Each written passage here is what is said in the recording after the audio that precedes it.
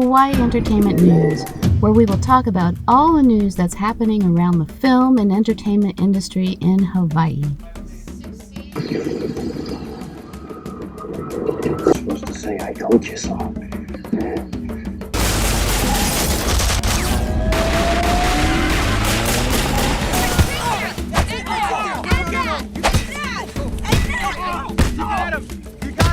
Enough. Are you okay?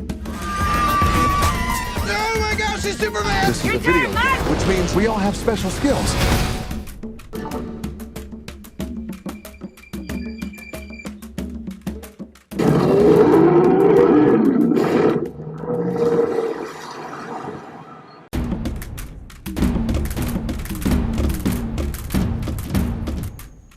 Aloha everybody, welcome to Hawaii Entertainment News. Our purpose here is to showcase all of the talent that is circulating in Hawaii and bringing it to you on Sunday night, sunset. Alright, ladies and gentlemen, without further ado, Devin. Welcome, Devin. Hey Teddy, thank you for having me. So y'all have this, y'all doing yoga, right? Y'all doing yoga, y'all doing fire dancing, you're doing... Explain to everybody exactly what's going on. My group originally were meeting over at Kaimana's Beach. We have what we call Fire Jam, okay, which is separate from Circus Jam. So Fire Jam obviously is about a bunch of fire spinners that come together and showcase their talents. It's kind of like an open mic, but for fire dancers. Since COVID happened, we had to close that down and we're open back up. I decided my group will start doing classes over at Queens Beach instead. Okay. So the classes, tell me more about the classes. Okay. How does that happen and how do you sign up and how does that let me tell you a little about how we started the classes though. So the class is actually called Agni Shakti Flow. And now Sydney is a certified yoga instructor. And Welcome Sydney. Thank you Sorry, so we much. didn't mean. So I worked with Sydney. I contacted her because I had this idea in my head. Okay. So a lot of the movements that I do is actually yoga based. Okay. And I was like, I had structured this idea that I wanted to fuse yoga, dance, martial arts with my fire spinning. So Devin reached out to me and we just came together. He had this idea to fuse fire spinning and yoga. And yoga has really been a deep practice for me over the past 3 years. And learning a bunch of the deep teachings, it means union yoga. And the words Agni Shakti Flow, which is the name of the project that we came up with together. Okay. And so Agni stimulates the fire element. And Shakti is this feminine creative energy, which is creating the universe, and it's within ourself as well, within everyone. It's that life force. Yeah, and we just came up with a bunch of little sequences. It's about a 20-minute flow in the beginning, and then he goes over and... So just the portion of the yoga, really, it stimulates the flexibility of people, warming them up, because I approach it like a martial arts. So you have to get warmed up, your wrists, your waist, your joints. So if you go right into the practice, it can hurt you. And so part of Agni Shakti Flow really is like being able to be extending your flexibility and your abilities to do the practice itself. Okay. So there's a phase into it's well thought out the practice. So you have yoga to stretch out, and then I teach them the basics of my style of fire dancing with the staff. Okay, and right after that we split into groups because there's other flow techniques as well. There's a poi, there's dragon staff, there's fans, there's a multitude of different disciplines as my friends will explain later on. Then after that, one of the important things about fire dancing, first you learn fire safety. Okay. So one of the things that we do after the practice is we get people comfortable with the fire. So that's seeing the fire in front of you, touching it, understanding when it hurts you and when it does not, understanding what materials is flammable, okay? And then we teach people how to turn it off, okay? So a lot of our students, basically our students will not be doing fire spinning unless they know how to have fire safety, okay? So and then as that fire circle happens, we do a breathing exercise and we do our ohms. And then when the sun goes down, then we perform for the crowd. Okay, and then we put what we practiced, what we did into practice. So last time when you were there was what's called a virgin burn. This means that this is the first time they ever spun fire, and you saw the result of our lessons. He was an overachiever, I have to say. Yeah, so the fire dancing has really developed me as a person. I really love how you're talking about the meditation of it and the tranquility that you feel around it.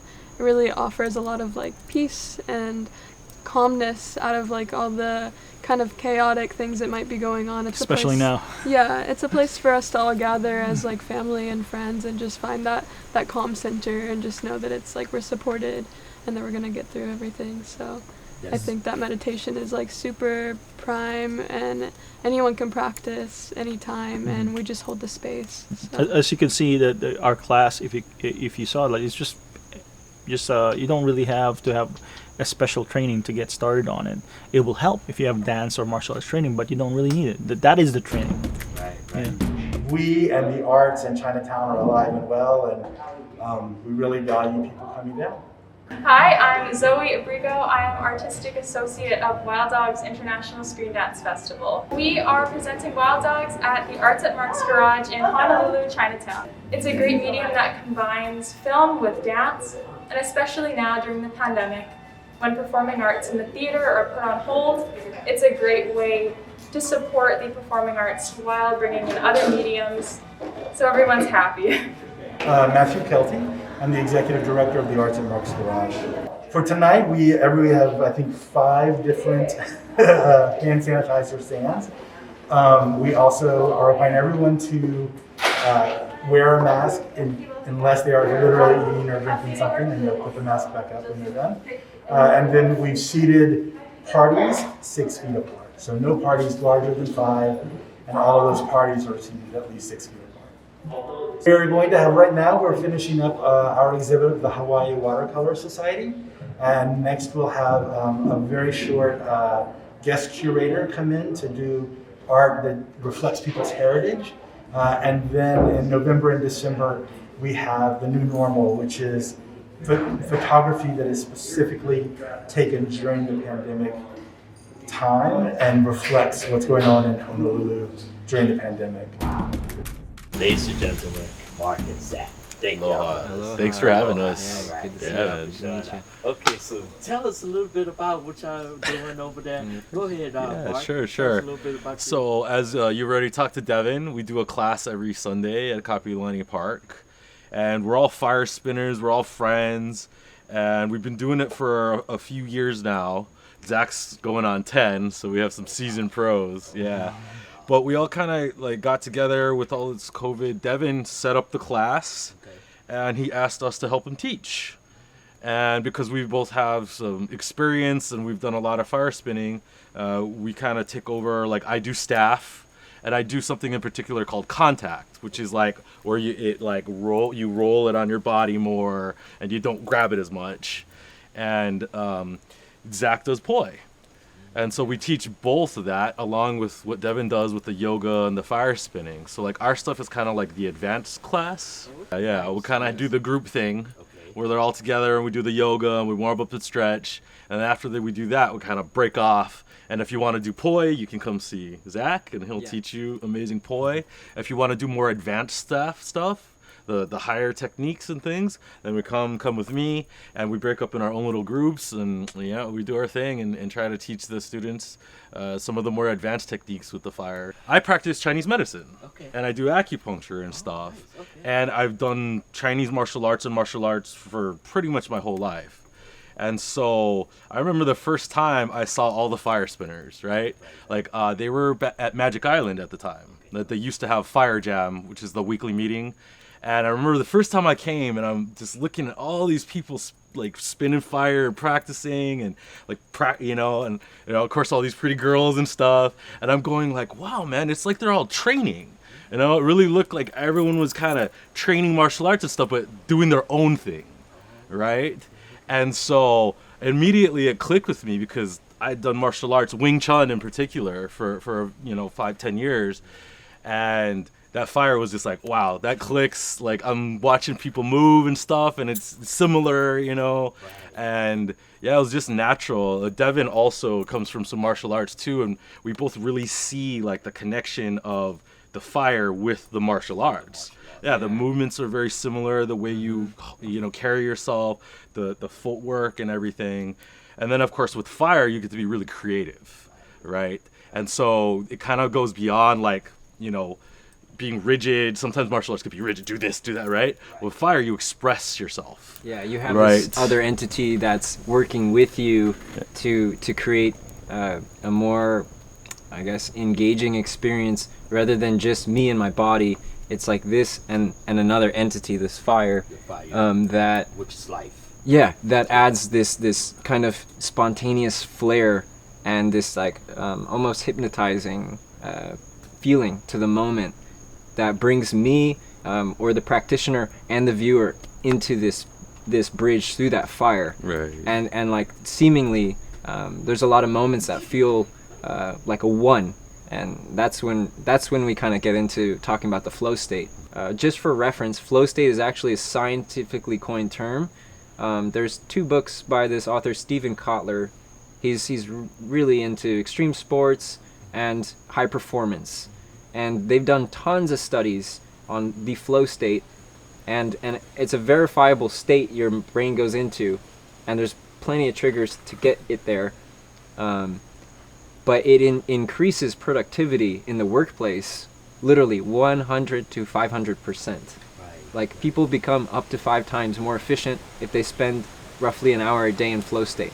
So that's as much as teaching technique, it's that you have access to the flow state, and don't sweat your technique. Don't be intimidated, because every moment is an opportunity to learn more. Right. And the only thing stopping that is the fear that we're not good enough. Right. So that's a lot. Yeah. I try to emphasize just like overcoming that self-judgment that stops us from learning, that stops us from embracing something we're interested in. So I'll use musicianship as an example. So the guitar. You're learning guitar, you're going to learn chords, you're going to learn notes, you're going to learn the theory to build up your muscle memory and your ability to cruise through that, right? Right. But that's not going to teach you how to write your song that you want to sing that's in there, right? So that's the dance aspect or the flow aspect. So there's the training, the technical, building up that platform, which you get into certain specific moves, right? And you can name all those moves. But then when it comes time to performance, you let that spontaneity and the uniqueness of your dance kind of come out, and it's like the jam session. It's live. There's nothing before or after it. It's right here, right now, and it's as new as it'll ever be. And so each time is a combination of moves I've learned, but in a way that's completely new and fluid, that kind of taps one into that feeling of meditation, where I'm not even aware of people around me anymore. In terms of spaciousness, I won't hit anyone, but in terms of people paying attention to me or whatever, I'm literally kind of dissolving into this fiery flow. Right. So in the zone. Yeah, the zone. Right. The pocket for musicians, the runner's high, free divers, pretty much anyone. Extreme sports are a great example of flow state. Right. But it's a space between body and mind where you're fully engaged, but your cognitive mind is stopped. So like your critical thinking, the one that says, I don't know, I can't, maybe I should, second guesser is gone. Right. And you're just full throttle intuition in combination with all the training and technique you've developed as your muscle memory. So you got that to back up on, but in essence, you're just, it's the flow of authenticity, it's the flow of nature, it's the flow of our soul, or our soul's expression. Yeah. So martial arts, dance, and flow. Yeah. Yoga, pretty much all these things, they overlap at this.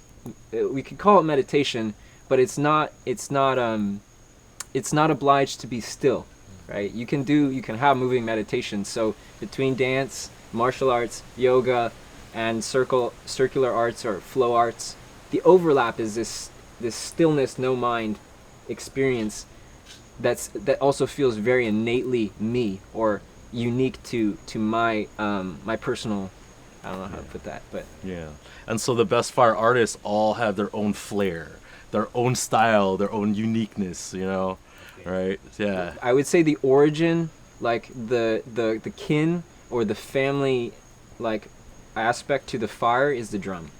So when you get down to the nitty-gritty of where do these things come from, you know, we got the fire and we got the drum. Okay. And the drum kind of lays down this really rootsy body bass, like Okay. something. Creating a rhythm. So your Yeah. rhythm, your beat Yeah. that you keep time to. Okay. Yeah, just like a musician. Exactly. There's so many analogies to cross over between flow arts and musicianship. It's that instrument, and there's a time being kept. Sometimes it looks a bit asymmetrical, or it comes off like chaotic. Yeah. But most of the time, that person is in some rhythm that could be counted. Right. All right, aloha. My name is Alan Shepard. I am the director of this stage adaptation of The Birds, put on by Kailua On Stage Arts, or KOA. We're extraordinarily excited to be doing this production, blessed to be doing the first live theater event in Hawaii, at least on Oahu, since the pandemic's been happening. We've fought tirelessly and tried to figure out how we could really do live theater again, given all the restrictions and the constraints. So drive-in movies have been really popping up all around the island. So we thought, why not do a drive-in theater? So we have cars parked just outside of our stage here. The stage is guerrilla style, put up in this parking garage to keep people safe from the elements as far as rain and that kind of thing, and to give us the space we needed to keep people distance. The social distance, the mask wearing has all been added to the show as part of the plot. It's a little addition that I thought we'd make to kind of give people that reaction of, oh, this could be happening now. This bird pandemic could be happening now at the same time with our current viral pandemic. So we think it's pretty effective, pretty exciting. We've got 2 more performances on Halloween the 31st and November 1st. That's Saturday and Sunday at 7 p.m. Tickets are $20 a person, and it's sit in your car, comfortably in your car, and there's actually an audio that goes through the radio of your vehicle. So we'll tell you the station to pick that up when you come and see the show. Hopefully you see the show when we pack this beautiful stage that we've set up around here. It's a safe, fun, interesting, unique way to see this show that these actors have worked tirelessly on. We're just super excited to be doing this project and real happy and hope that you guys come out and check us out, and of course all KOA productions in the future. So aloha, mahalo, and we hope to see you. The artists are suffering. Honestly, I've been in this industry for so long that I know many musicians, many artists who have lost their entire livelihoods.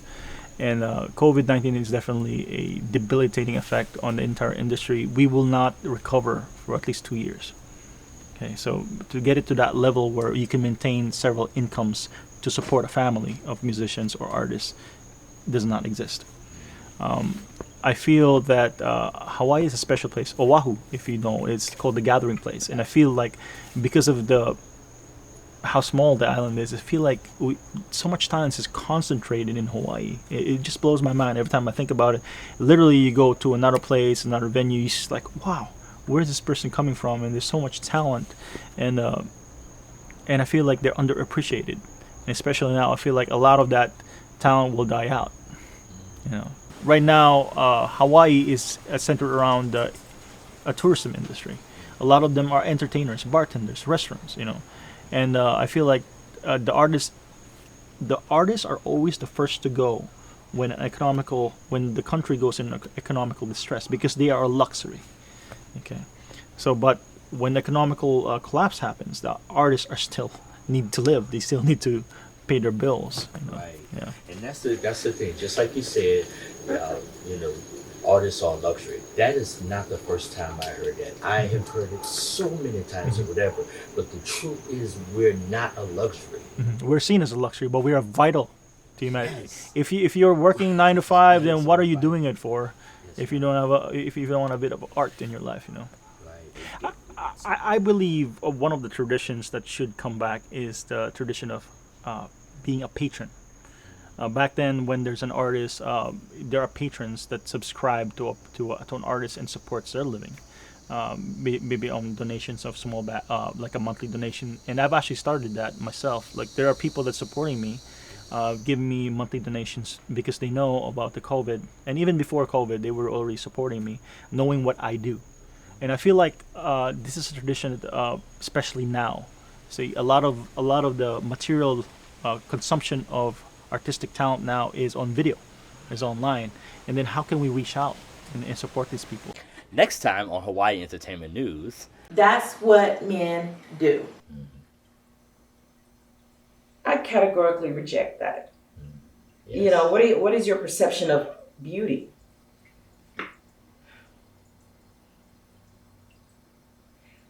As a Black woman and growing up and always being interested in movies and TV and theater, I was acutely aware of the fact that there wasn't a big representation of Black beauty. Hawaii Entertainment News, where we will talk about all the news that's happening around the film and entertainment industry in Hawaii. You're supposed to say, I told you so.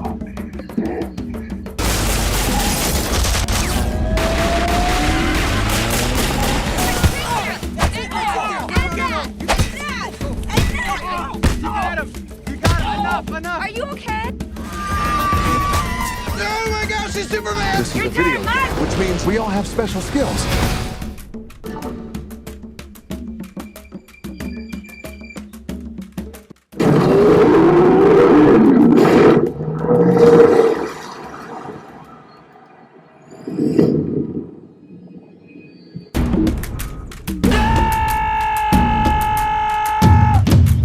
Is that it? I think so.